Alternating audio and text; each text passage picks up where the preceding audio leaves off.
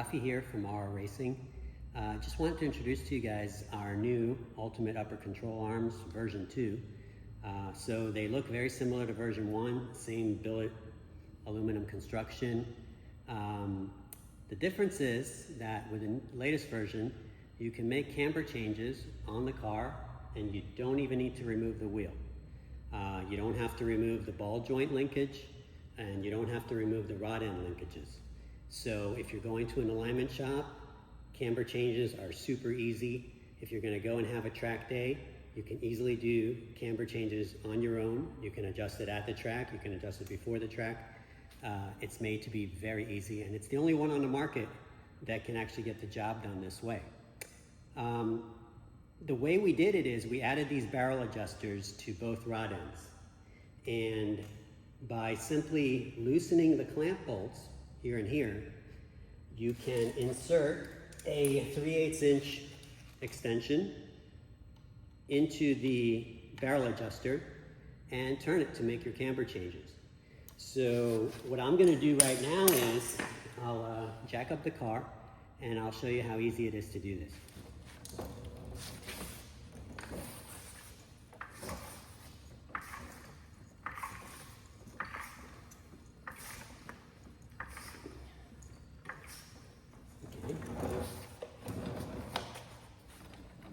So, as I said, the first step is we're going to get this 15mm socket onto the clamp bolts. We're going to loosen both clamp bolts. Get a light in there. Okay.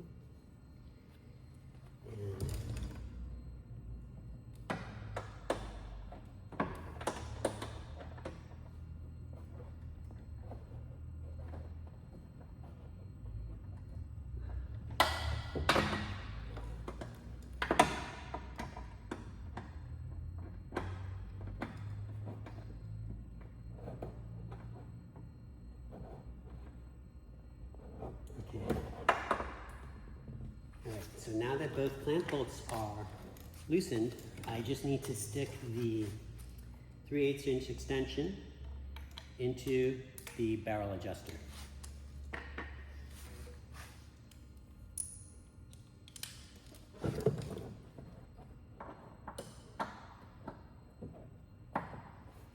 Okay, I've got it in the barrel adjuster. Okay, now let's say I want to increase camber by about 1 degree. 1 degree on these equals approximately 2 full turns.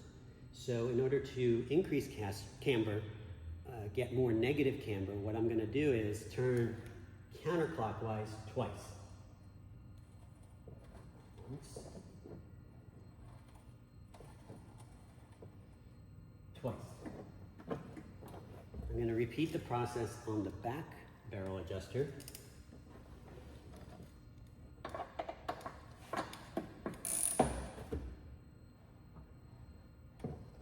Once.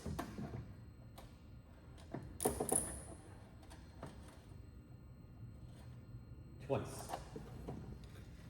And then all I'm going to do is torque these two bolts to about 45 foot-pounds and you're done. That's it. That's all it takes to make camber changes on your car. So you can go from, say, 1.5 to 2 degrees negative camber for street use. And when you got a track day, you can increase that to 3.5 degrees and not drive like that all the time. Now, when you increase camber, you also will affect toe changes. So you can take that into account when you do your alignment. Generally speaking, when you increase camber, you're going to toe the front wheels out a bit. So if you start out with 0 toe or a slight toe in for street use, when you increase camber, you will get 0 toe or a slight toe out for track use, which is generally pretty good. Thank you, and we hope you enjoy these arms.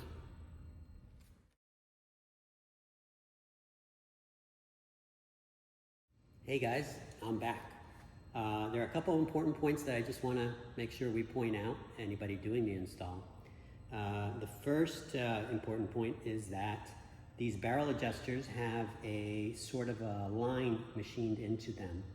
and when you make the adjustment, when you turn these barrel adjusters, you want to make sure that in its finished position that this line is always horizontal. Looking at it up close, it'll be very obvious what this line is. The second point is that all these control arms will come with collars. The collars are additional clamping collars for the barrel adjusters. Generally speaking, these collars are not necessary. If you have about 6/10 of an inch or less of protruding barrel adjuster that protrudes beyond the control arm, machine control arm, you don't have to use these.